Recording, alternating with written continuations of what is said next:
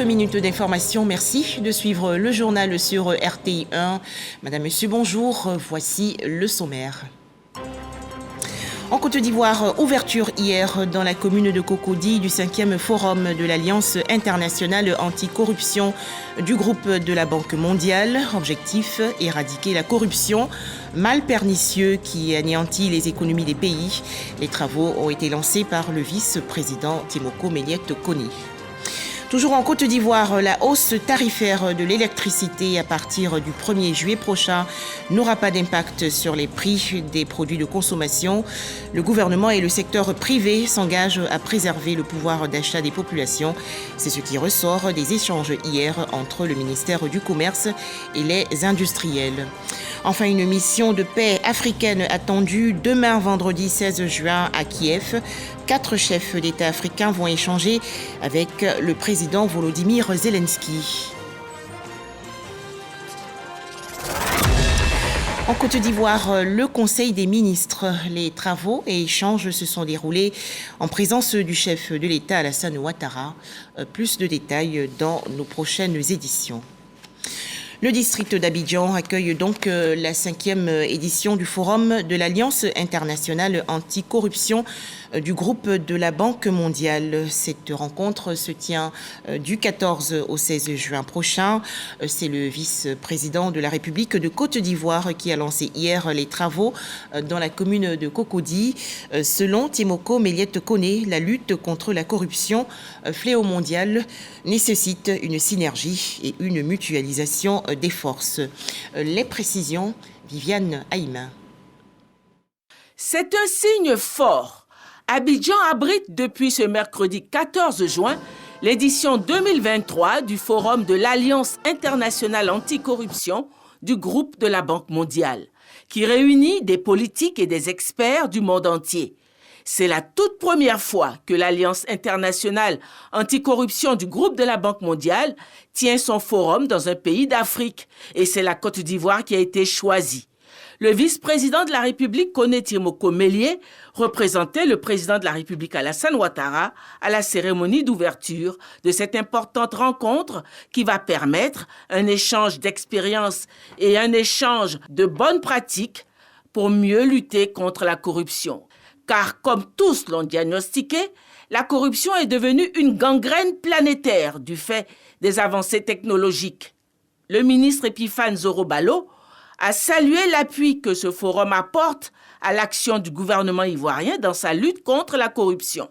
ICHA, le forum de l'Alliance internationale anticorruption, permet de réitérer notre engagement et notre solidarité dans la lutte collective contre la corruption et ses conséquences qui freinent l'élan du développement politique, économique et social de nos sociétés.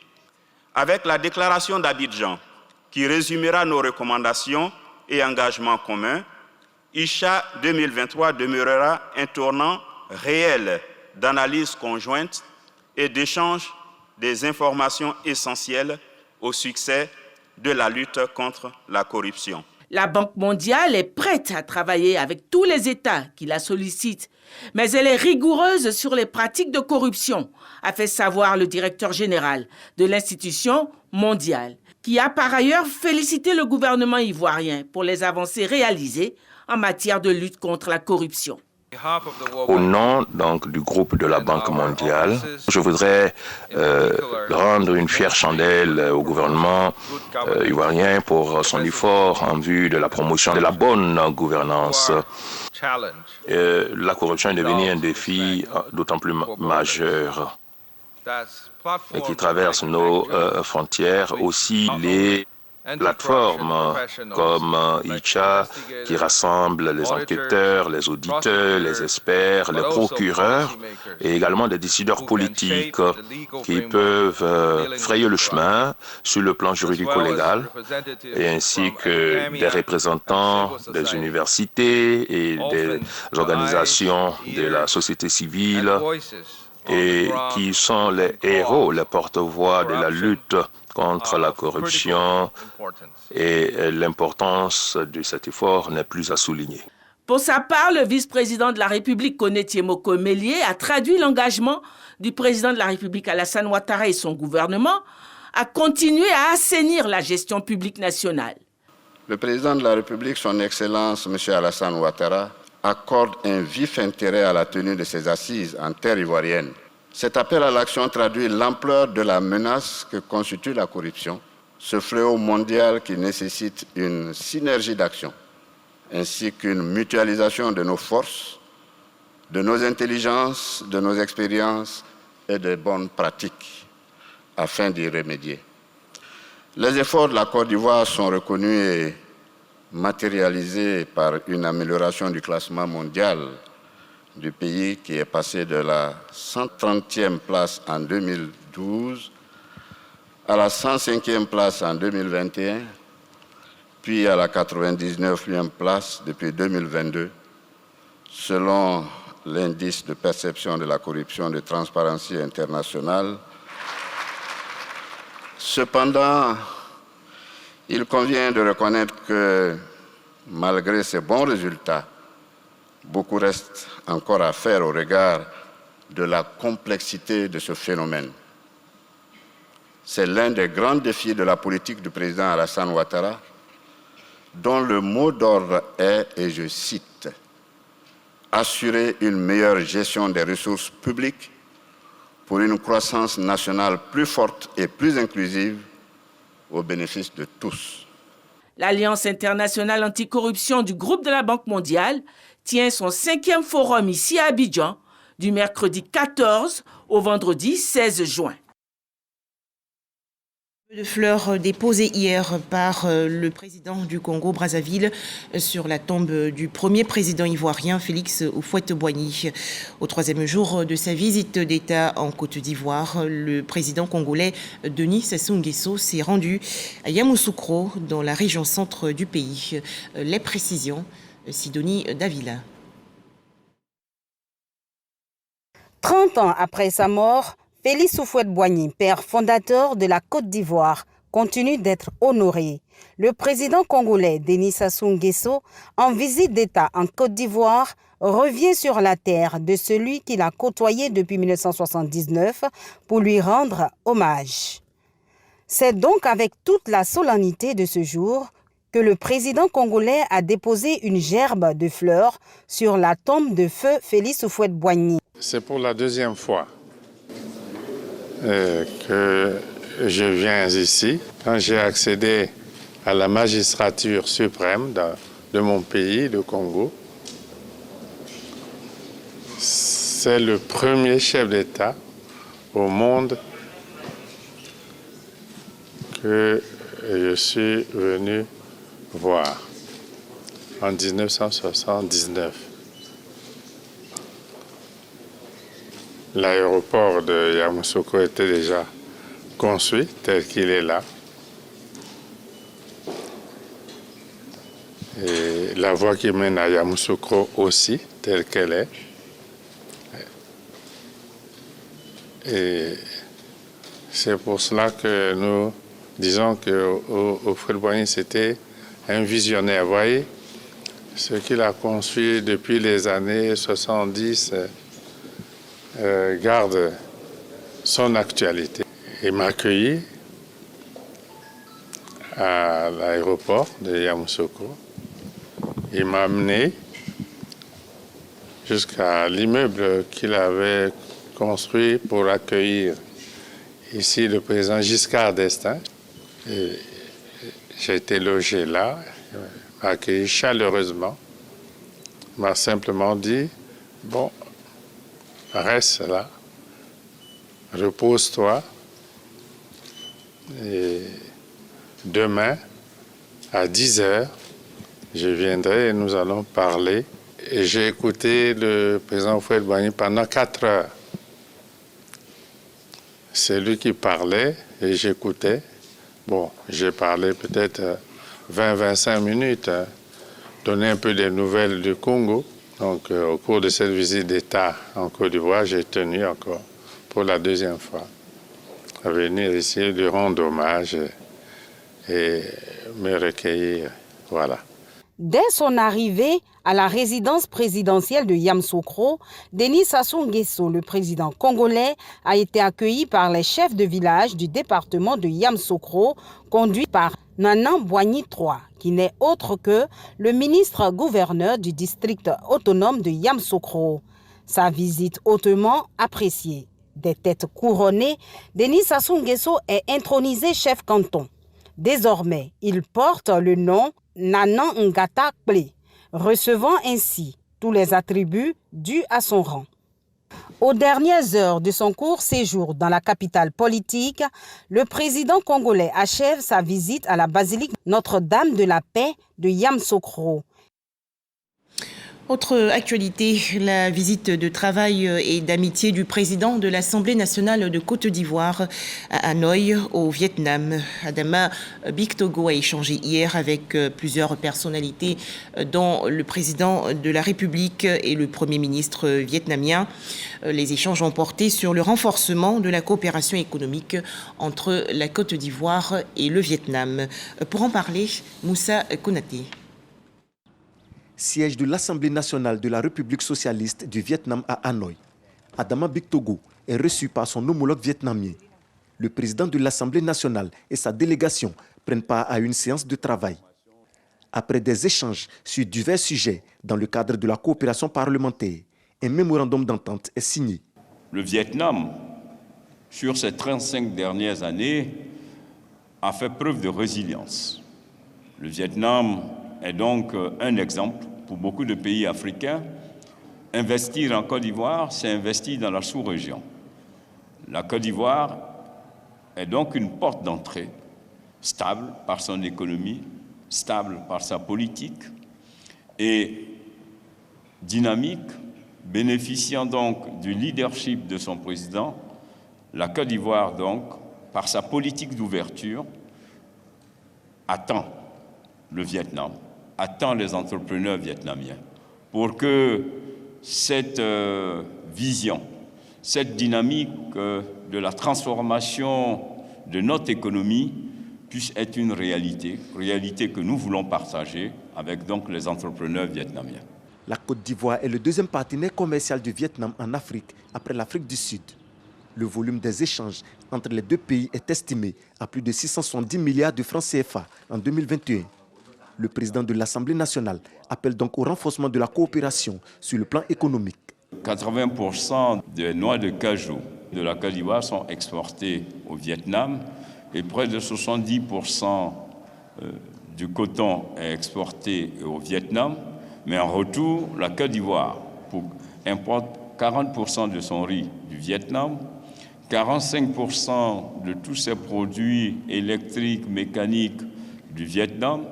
La transformation de notre économie passe par la transformation pour 50% de nos produits agricoles, aussi bien pour la noix de cajou, pour le cacao, le coton, donc autant de produits pour lesquels la transformation, la mise en place d'industries permettrait donc à la Côte d'Ivoire de prendre toute sa place. Et nous sommes convenus que dans nos échanges, nous puissions donc créer un cadre qui puisse donc faciliter la mise en place, sinon la collaboration, l'association, la mise en commun de nos différents chefs d'entreprise à l'effet de pouvoir donc renforcer ce partenariat. Les relations bilatérales entre la Côte d'Ivoire et le Vietnam datent de 48 ans. Adama Bictogo est le premier président d'institution de Côte d'Ivoire à effectuer une visite officielle au Vietnam. En cette qualité, l'hôte du peuple vietnamien a eu une rencontre avec le Premier ministre Pham Minh Chinh, avec qui il a échangé sur l'accroissement des relations d'amitié entre le Vietnam et la Côte d'Ivoire. Il s'est aussi entretenu avec le président de la République socialiste du Vietnam, Vo Van Thiong, à qui il a transmis les salutations fraternelles du chef de l'État, Alassane Ouattara. Poursuivons cette édition avec ce communiqué de la Commission électorale indépendante, la CEI. Je vais vous donner lecture. La Commission électorale indépendante invite les partis ou groupements politiques et les potentiels candidats aux élections des conseillers régionaux et des conseillers municipaux du 2 septembre 2023 à une importante réunion d'information et d'échange sur les dispositions relatives à ces scrutins le mardi 20 juin 2023 à 10h précise à Cocody de Plateau Latry Events. Nota bene, chaque parti ou groupement politique est invité à se faire représenter par 2 personnalités, dont une femme de préférence, et les potentielles listes de candidatures indépendantes par une personnalité. Pour toute information complémentaire, prière de joindre le secrétariat permanent de la CEI au 27 22 40 09 90. Le présent communiqué tient lieu d'invitation fait à Abidjan le 13 juin 2023, signé le secrétaire permanent Pierre Adjoumani Kwame. Un tout autre sujet à présent. 2 ambassadeurs ivoiriens ont présenté il y a quelques jours leur lettre de créance. Il s'agit de Patrice Kofi Vanga, le nouvel ambassadeur de Côte d'Ivoire près le Saint-Siège, qui a été reçu le 3 juin dernier par le chef de l'Église catholique, le pape François. Le diplomate ivoirien Sakaria Kone, de son côté, a rencontré Emerson Mnangagwa, le président du Zimbabwe. Le point, Abdoulaye Kone.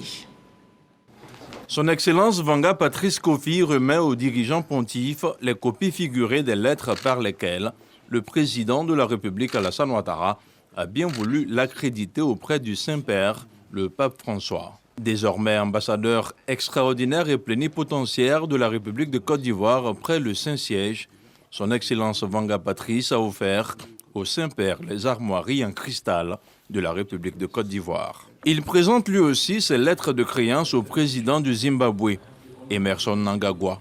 Son Excellence Sakaria Kone est donc le premier et nouvel ambassadeur de Côte d'Ivoire au Zimbabwe. Je suis très heureux que le président Alassane Ouattara, président de la République de Côte d'Ivoire, ait souhaité que cela se concrétise. Cela fait suite à la visite de son Excellence Emerson Mnangagwa, président de la République du Zimbabwe, en Côte d'Ivoire, où les 2 frères ont échangé et compris la nécessité de se donner la main pour faire avancer notre agenda au niveau national, continental et international. Je suis donc très heureux et honoré d'être à Harare et je me réjouis de travailler en étroite collaboration avec mes collaborateurs afin de faire avancer notre partenariat en matière de commerce, du tourisme, d'agriculture et d'interaction B2B entre nos 2 pays et nos 2 communautés d'affaires. L'ambassadeur de Côte d'Ivoire était accompagné pour la circonstance du conseiller en charge du Zimbabwe. Il est par ailleurs ambassadeur de la République de Côte d'Ivoire en Afrique du Sud et aux îles Maurice. Hausse tarifaire de l'électricité à partir du 1er juillet prochain en Côte d'Ivoire. Le ministre du Commerce, de l'Industrie et de la Promotion des PME, Souleymane Diarra-Souba, a échangé hier avec les acteurs du secteur privé. Les 2 parties s'engagent à préserver le pouvoir d'achat des populations. Les explications, Léon Brou. La hausse du tarif de l'électricité en juillet prochain ne va pas entraîner une flambée généralisée des prix des produits de grande consommation. Conclusion de la séance de travail entre le gouvernement et le secteur privé, représentés respectivement par le ministre du Commerce, de l'Industrie et de la Promotion des PME, ainsi que les organisations professionnelles, les chambres consulaires et la Confédération générale des entreprises de Côte d'Ivoire. Nous sommes parvenus à la mise en place d'un comité de concertation. Nous allons trouver les moyens et les mesures de pouvoir minimiser, soit à 0, les prix de vente de nos produits à la population. Concrètement, les efforts du secteur privé vont jusqu'à l'absorption totale des éventuels surcoûts engendrés par la hausse des tarifs de l'électricité sur les prix des produits. En contrepartie, l'État garantit au secteur privé des concessions, notamment l'assainissement de la concurrence, des appuis. Objectif, préserver le pouvoir d'achat des populations, car en réalité, quoique ne concernant pas les ménages à faible revenu, la hausse tarifaire sur l'électricité impacte les chaînes de valeur. Au niveau de la consommation, le réajustement de 15% du prix de l'électricité entraîne également une variation du prix au consommateur final, compris entre 0,75% et 3,03%, des produits de grande consommation, notamment le fer à béton, le ciment, l'huile de palme raffinée, le sucre et quelques catégories de poissons congelés. Pour ce qui concerne les produits vivriers, le riz importé, la viande de porc, la viande de mouton et la viande de bœuf, le réajustement du prix de l'électricité n'a pas d'impact direct sur le prix final au consommateur. Elle ne concerne pas les abonnés de 0 à 10 ampères. La hausse du tarif de l'électricité représente un ajustement moyen de 9,6% et concerne les abonnés de plus de 10 ampères, des moyennes et hautes tensions. Les nouveaux tarifs entrent en vigueur le 1er juin 2023. Trésor Paye, Trésor Monnaie, comment se porte la plateforme centrale de paiement des recettes et la banque numérique du Trésor public de Côte d'Ivoire? Une délégation de la Banque mondiale a rencontré et échangé récemment avec la direction générale du Trésor public. Les responsables de cette institution financière internationale se disent satisfaits des résultats obtenus. Les explications détaillées de Dangui Dangui. La plateforme Trésor Paye, Trésor Monnaie a déjà servi au paiement des bourses, des pensions, des allocations et des frais de mission des agents de l'État, avec à la clé plus de 104 milliards de francs CFA de transactions financières en 2 ans, a révélé le Trésor public devant la délégation de la Banque mondiale venue s'enquérir de l'état de marche de cette plateforme qu'elle soutient. Nous avons été très heureux d'assister à la présentation du système Trésor Paye, Trésor Monnaie par la direction générale du Trésor que la Banque mondiale appuie. Et on voit deux intérêts majeurs. Premièrement, c'est en termes de gain de temps pour la population. Au lieu d'attendre peut-être des semaines, des mois pour pouvoir recevoir votre paiement, en 1 ou 2 jours, vous avez accès à vos paiements. Le deuxième élément très important, c'est la transparence que cela permet d'avoir en termes donc de système de paiement pour le Trésor public ivoirien. Au Trésor public, on est convaincu que la généralisation de l'usage de Trésor Paye et Trésor Monnaie dans la collecte des ressources et l'exécution des dépenses de l'État va accélérer la modernisation de l'administration publique. Trésor Paye, Trésor Monnaie, c'est un outil gouvernemental de recouvrement des recettes. Et, tout le monde sait que les recettes sont recouvrées exclusivement par les comptables publics. Donc Trésor Paye devait être l'instrument exclusif de recouvrement des ressources publiques. C'est ce défi qui reste à être relevé et nous l'avons expliqué à notre partenaire qui est prêt à nous accompagner dans ce sens. Le déploiement de la plateforme Trésor Paye, Trésor Monnaie rencontre quelques résistances, y compris au sein même de l'administration publique, a souligné le directeur général du Trésor public. Sur 32 ministères, seulement un peu plus de 56% utilisent la plateforme Trésor Paye, Trésor Monnaie pour leurs transactions financières, a-t-il précisé. Un mot à présent sur le projet Appui à la formation et à l'insertion des jeunes au métier du bâtiment et des travaux publics. C'est une initiative du groupement ivoirien du bâtiment et des travaux publics, le GIBTP. Objectif, favoriser l'insertion socio-professionnelle durable des jeunes en Côte d'Ivoire. Le point dans ce reportage de Patricia Kouakou et Franck Kouadio.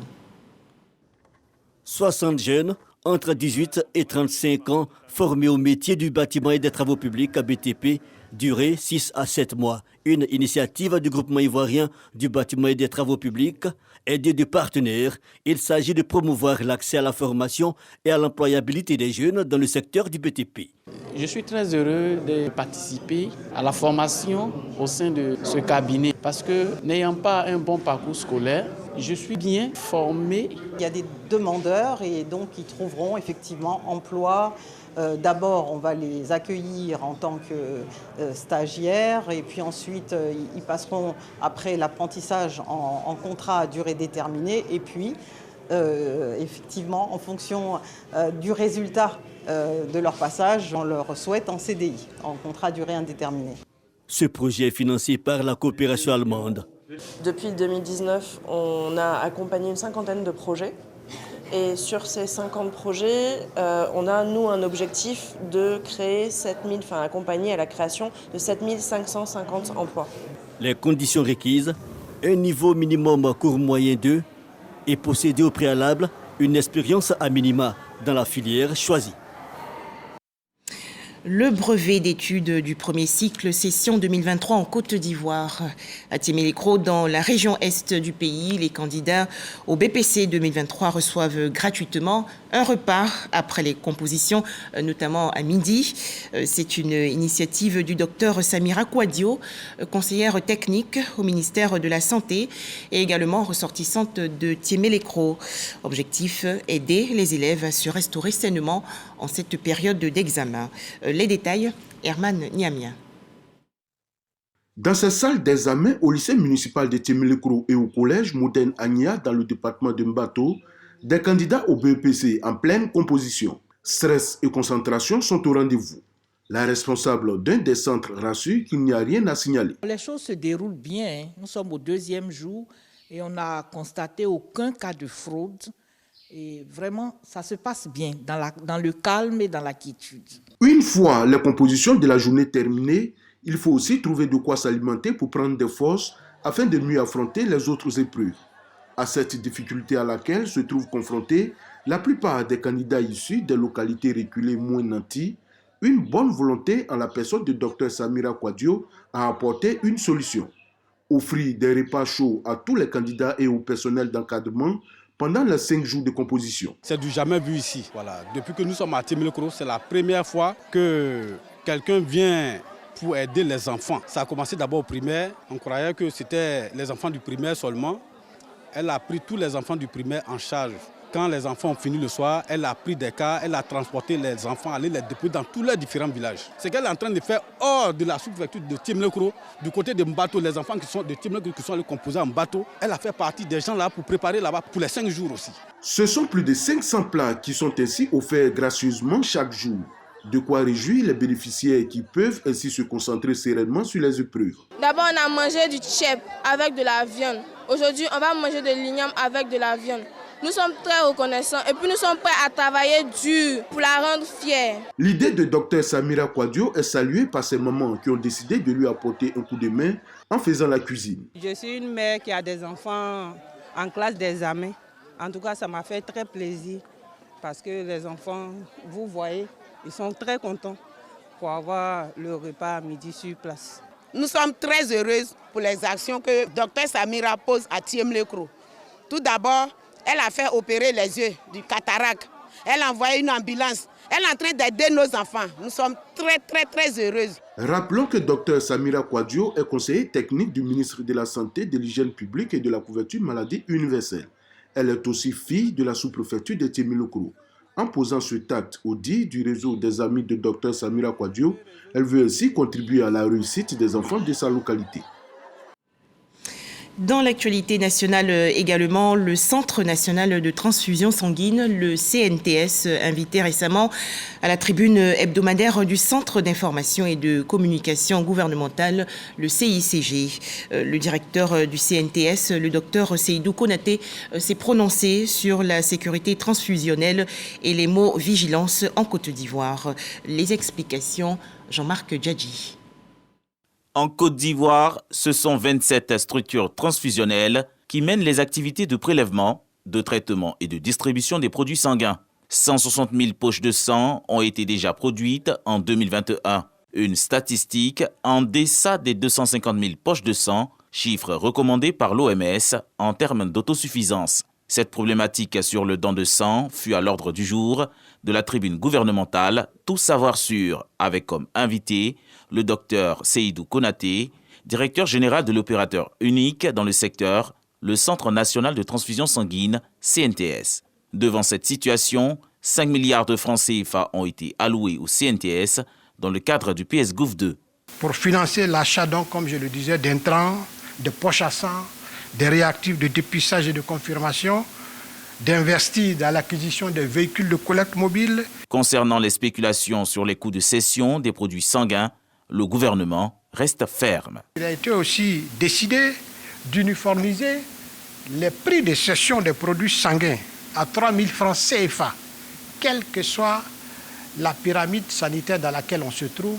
Toutes ces actions ont permis de prélever 215 000 poches de sang à la date du 31 décembre 2022. Au 31 mai 2023, le CNTS a pu enregistrer 91 000 poches de sang. Grâce à la mobilisation de toute la population et de chacun de nous, nous avons pu en moyenne prélever 20 000 poches de sang par mois. Le don de sang repose sur 3 notions essentielles, l'anonymat, le bénévolat et le volontariat. La Côte d'Ivoire enregistre 80 000 donneurs de sang réguliers, selon le Centre national de transfusion sanguine, CNTS.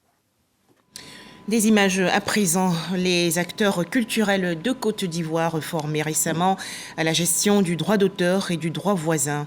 C'était lors d'un atelier de formation dans la commune de Cocody.